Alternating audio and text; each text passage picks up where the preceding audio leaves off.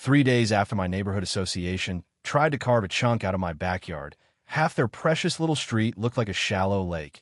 3 luxury SUVs were sitting in water up to their rims, and the same people who spent years telling everyone else how to live were suddenly pounding on my front door asking for mercy. The funny thing is, none of that would have happened if they'd simply picked up a phone and treated me like a human being. Instead, they decided that because I lived on the edge of the community and kept mostly to myself, I was the easiest target in town. My name is Ethan Mercer, and until all this happened, I wasn't the guy people associated with neighborhood drama. I lived just outside a development called Willow Ridge, a picture-perfect little community about 40 minutes outside Nashville, where every mailbox matched, every lawn looked like it had been measured with a ruler, and every house seemed designed by the same person with a serious fear of creativity. My property sat directly behind the neighborhood. Technically, I wasn't even part of their association. My land had been there long before Willow Ridge was ever built. Back in the 70s, my grandfather bought those few acres because he loved fishing and wanted a quiet place to retire someday. When he passed away, the land came to my father, and eventually it came to me. It wasn't huge, but it was mine. Behind my house sat a garden I'd spent years building, a koi pond I dubbed myself after my divorce, and a grove of old oak trees that had somehow survived every storm Tennessee had thrown at them. I spent more time back there than I did inside the house. Some people golfed. Some people traveled. I sat by the pond and watched fish. That was enough for me. The strange thing is, despite not belonging to Willow Ridge, I always got along with most of the people there. Kids played in my field during community picnics. Neighbors walked their dogs through the oak grove. During a drought one summer, I even let several homeowners run hoses from my irrigation pond because their lawns were turning brown and the association was losing its mind over appearances. I wasn't best friend with everyone, but I believe being a good neighbor mattered. Looking back now, maybe that was my mistake. Maybe being reasonable convinced certain people they could push a little further every year. The real problem started when a woman named Denise Hallbrook became president of the neighborhood board. Denise was one of those people who treated authority like a hobby. Give her a clipboard, and suddenly she'd act like she was running a small country. She loved rules, loved meetings, loved hearing herself talk, and most of all, she loved the idea that Willow Ridge was somehow special. The first time we met, she actually told me my property lowered the visual standards of the community. She said it while smiling. I remember staring at her for a second before asking if she was serious. She laughed and called it constructive feedback. From that day on, I knew exactly who she was. The thing about people like Denise is they don't see boundaries the same way normal people do. They see obstacles. If something stands between them and what they want, they assume eventually they'll get around it. For years, she pushed little ideas. Maybe I should replace my fence. Maybe I should remove some trees. Maybe I should allow a decorative walking path connecting my land to their neighborhood trail system. Every time, I politely declined. Every time, she smiled like she understood. Apparently, she never did. Last spring, I took a weekend trip with an old friend named Caleb. We'd rented a small cabin near the mountains and planned to spend 3 days fishing, grilling burgers, and pretending we were 25 again. Before leaving, I walked the property like I always did. Everything looked normal. The pond pumps were running. The garden was growing. The oaks swayed in the wind. Nothing felt unusual. If someone had told me my backyard would become a construction site before I got home, I would have laughed in their face. The trip itself was great. No phone calls. No emergencies. No surprises. Then Sunday afternoon, I pulled into my driveway and immediately knew something was wrong. There were tire tracks near the edge of my property. Fresh ones, deep enough to leave scars in the grass. At first, I figured maybe a utility crew had made a mistake. Then I walked toward the backyard, and my stomach dropped. Wooden survey stakes were everywhere. Bright orange flags marked lines across the grass. Several sections of fencing had been removed. Near the far corner of the property, an excavator sat beside a trench that absolutely had not existed 3 days earlier. For a moment, I honestly thought I was standing in the wrong yard. Then I spotted 2 contractors reviewing blueprints and realized this insanity was real. I walked straight toward them. One of the guys looked up and smiled like he expected me. "You Ethan?" he asked. "Yeah," I said. "Why are you digging on my property?" He exchanged a glance with the other contractor. Neither looked nervous. That bothered me. Then he handed me a folder. "We're building the extension." "What extension?" I asked. "Neighborhood recreation expansion. Walking area, seating section, community access trail. We got authorization." I stared at him. "From who?"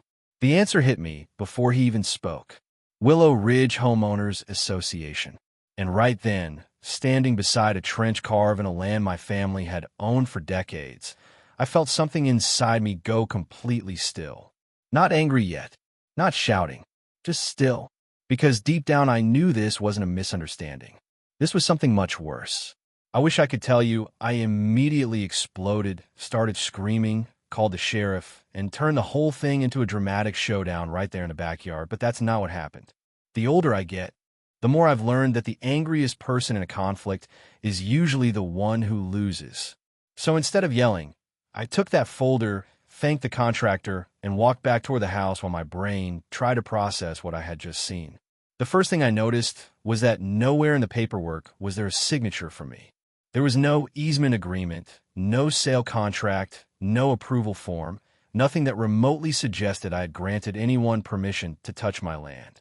What there was, however, were several pages describing a proposed community expansion project that just happened to include nearly 30 feet of my backyard. They weren't planning to borrow it. They weren't planning to lease it. They had simply decided to absorb it. According to the board, the area would become a landscaped gathering space connected to their existing walking trail. In other words, they had looked at my property, decided it fit their vision better than I did, and started building. Sitting on my porch that evening, I kept rereading those documents while the sun disappeared behind the oak trees. Every few minutes, another memory surfaced. Denise commenting on my fence. Denise asking about a public trail. Denise joking during a neighborhood event that my land would look better if it matched the development. At the time, I dismissed those comments as harmless. Suddenly, they felt very different. Around 7 that night, I drove over to Willow Ridge's clubhouse where the board held meetings. The parking lot was almost empty, except for a few vehicles near the entrance. Through the glass doors, I could see lights on inside. When I walked in, I found Denise and 3 board members sitting around a conference table reviewing paperwork.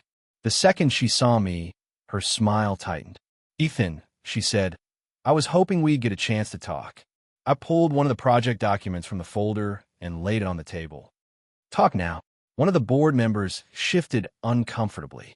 Denise folded her hands together like a politician preparing for a press conference. "The expansion benefits the entire area. You dug into my backyard. It's a minor adjustment of property use." I actually laughed at that. Not because it was funny, but because it was insane. Property use? Denise, that's my land. The board determined the improvement creates value for everyone. Including me? I asked. Long term, yes. I stared at her for a moment. Did you seriously think I'd just come home and accept this? Her expression changed slightly. Just for a second. It wasn't guilt. It wasn't embarrassment. It was surprise. Like she genuinely hadn't considered resistance. That's when I understood the real problem. Denise had spent so many years getting her way that she'd started confusing authority with ownership. In her mind, if she believed something was good for the neighborhood, then opposing her automatically made you unreasonable. The meeting ended exactly how you'd expect. They refused to stop construction. I refused to cooperate. As I walked out, Denise called after me. "You're making this harder than it needs to be." I turned around and smiled. "No, Denise. I think you're just starting to find out how hard it can get." On the drive home, I wasn't thinking about revenge. Not yet. I was thinking about leverage. Every conflict has leverage. The trick is figuring out where it sits. Around midnight, I found myself standing near the irrigation pond behind my shed. Most people never paid attention to it. To them, it was just a decorative feature feeding the koi pond and watering parts of the property. What they didn't know was that my father had spent years improving the old agricultural water system that existed before Willow Ridge was ever built. Beneath parts of the property ran drainage channels, overflow routes, and control points originally designed to protect low areas during heavy rain. Most hadn't been used in years, but they still worked. Very well, actually. The next morning, construction continued. Workers measured. Equipment moved. More stakes appeared. Denise probably assumed I'd hired a lawyer and started preparing paperwork. The funny thing is, I did call a lawyer. His name was Russell Bain, a property attorney I'd known for years. After reviewing everything, he said exactly what I hoped he'd say. They don't have a case. How bad is it? I asked. For them? Catastrophic. He explained that unauthorized construction on private property opened the association to enormous liability. Trespassing was only the beginning. If they damaged landscaping, altered drainage, removed trees, or affected property value, things could get expensive very quickly. Then he said something that stuck with me. Document everything. Every minute. Every machine. Every conversation. So that's exactly what I did. I installed cameras. I photographed the site multiple times a day. I flew a drone over the property and recorded every trench, every stake, every vehicle crossing onto my land. Meanwhile, the construction continued. That was their second mistake. Their first mistake was touching my property.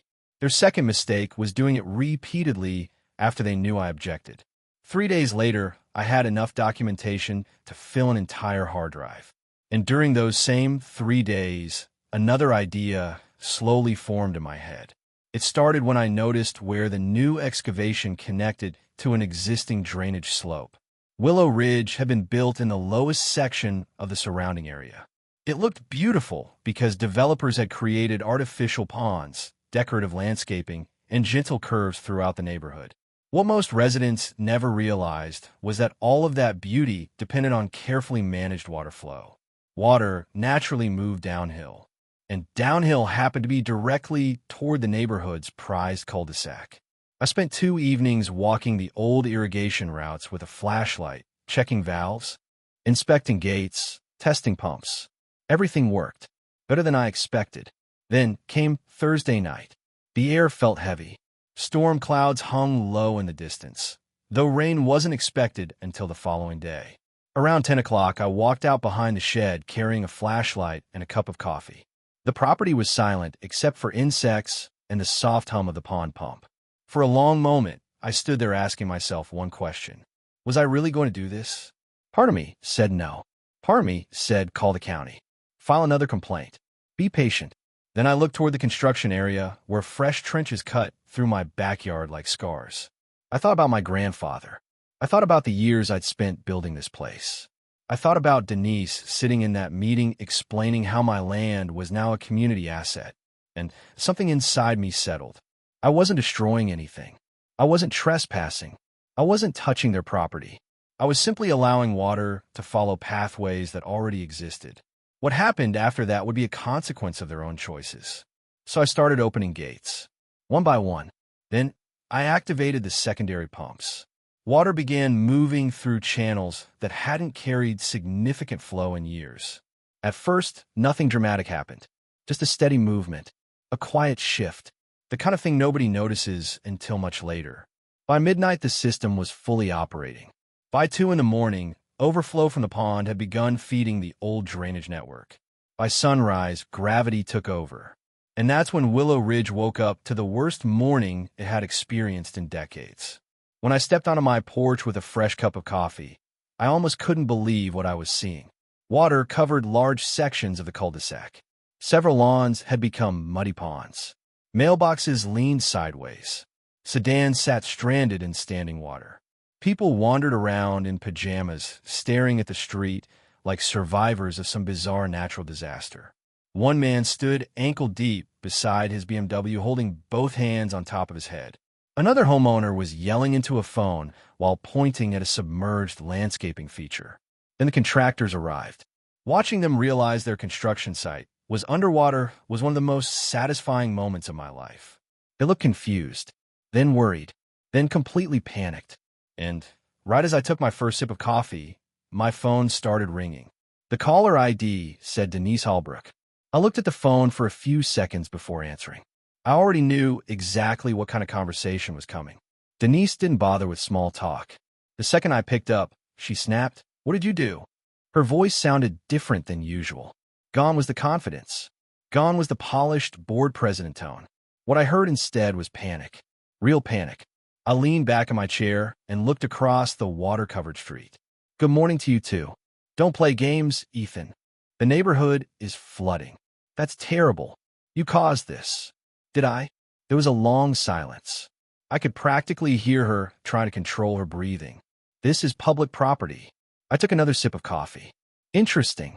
Because a few days ago you explained that property rights were flexible when something benefited the community. She didn't appreciate that answer. The call ended with threats, lawsuits, emergency meetings, county officials, insurance investigators. Every scary word she could think of got thrown into the conversation. The problem was none of it changed the facts. My lawyer already had copies of every document. My cameras had captured every instance of trespassing. My drone footage showed construction crews entering private property without permission. And perhaps most importantly, nobody could prove I had done anything illegal. Water followed existing drainage paths. Gravity did the rest. By lunchtime, the situation had become impossible to ignore. Local residents started posting photos online. At first, the posts focused on the flooding itself. Then somebody uploaded images of the construction project behind my house. Then somebody else asked why the board had been building on land they didn't own. Suddenly, the conversation changed. The flood wasn't the biggest story anymore. The board was. By that evening, community social media pages looked like a battlefield. Homeowners demanded answers. Residents wanted financial records. Questions appeared faster than Denise could delete them. Why wasn't there a vote? Who approved the project? Did the board obtain legal permission? How much money had already been spent? Every answer led to another problem. Every problem led to another angry resident. The next day, local reporters showed up. Not national media, not some giant television network, just local journalists looking for a story. But honestly, that was even worse for the board. Local reporters know the people involved. They understand community politics. They ask uncomfortable questions because they actually care about the outcome. One reporter interviewed several homeowners who admitted they had never even heard about the expansion project. Another obtained copies of board meeting notes that seemed deliberately vague about property boundaries. Denise spent most of that day hiding from cameras. By the third morning, Willow Ridge looked exhausted. Pumps ran continuously. Cleanup crews moved equipment back and forth. Construction had completely stopped. Residents were furious. And right around noon, a black SUV pulled in my driveway. Denise stepped out first. Behind her came two board members and an attorney I recognized from previous county meetings. The group walked toward my porch looking like people headed to a funeral. I stood up to greet them. Denise removed her sunglasses. The dark circles under her eyes told me she hadn't slept much. "Can we talk?" she asked. That alone was remarkable. 3 days earlier, she had been giving orders. Now she was asking permission. We sat around a table overlooking the pond. For a minute, nobody spoke. Finally, the attorney cleared his throat. The association would like to resolve this situation. "That's a good idea," I said. Denise looked down before meeting my eyes. "Construction will be removed." I nodded. "Good start. The board will restore all damaged sections of your property. Keep going." She took a slow breath. It was obvious every word hurt. "The association will cover all restoration costs and formally acknowledge the property boundary." For the first time since arriving, I smiled. Not because I enjoyed humiliating her, although I'd be lying if I said there wasn't some satisfaction involved. I smiled because the truth had finally arrived. Boundaries matter. Ownership matters. Respect matters. People tend to forget those things when they believe power protects them from consequences. "I have one condition," I said. The attorney immediately reached for a notepad. Denise looked terrified of what was coming next. Honestly, the condition wasn't even about money. It was about memory. I wanted something that ensured this lesson stayed alive long after the news stories disappeared. So I proposed a maintenance agreement. The association would contribute to upkeep of the drainage and irrigation systems bordering the property. The amount wasn't enormous. In fact, compared to the legal disaster they were facing, it was almost insignificant. But every monthly payment would serve as a reminder that my land was not theirs to manage. The attorney reviewed the proposal. The board members exchanged glances. Denise stared at the pond for several seconds before quietly saying, "We'll sign it." And just like that, the fight was over. Within weeks, the construction equipment vanished. Damaged areas were restored. New surveys were filed. Permanent markers were installed along the property line. The local news cycle moved on to other stories. People found new things to argue about. Life returned to normal, at least on the surface. But some things had changed. These days, when I walk through the Oak Grove, nobody talks about community expansion projects anymore. Nobody suggests new trails. Nobody casually discusses improving my property for the benefit of others. The neighborhood still exists. The association still exists. But now there's a healthy respect for boundaries that wasn't there before. Sometimes I'll sit beside the koi pond early in the morning with a cup of coffee and watch sunlight move through the trees. The water stays calm. The fish glide beneath the surface. Everything feels peaceful again. And every now and then I'll notice a maintenance payment arrive right on schedule. That always makes me laugh a little. Not because of the money, because of what it represents. A reminder that arrogance can be expensive, especially when it convinces people they're entitled to something that doesn't belong to them. Now here's the part that still starts arguments whenever people hear this story. Some folks think I went too far. They say I should have relied entirely on lawyers and courts. Others think the board deserved every second of embarrassment they experienced. Personally, I think both sides might have a point. Maybe there were cleaner ways to handle it. Maybe there were safer choices. But I also know this. If I had quietly accepted what happened, they would have taken more next time. That's how people like that operate. They push until somebody finally pushes back. So I'm curious what you think. If a powerful neighborhood board tried to take part of your property without permission, would you have handled it differently? Or do you believe some lessons only get learned when consequences become impossible to ignore? Let me know down in the comments. And if you enjoy stories about property disputes, community drama, and ordinary people standing their ground, make sure you subscribe, because trust me, this wasn't the last time someone in a position of authority underestimated the wrong neighbor.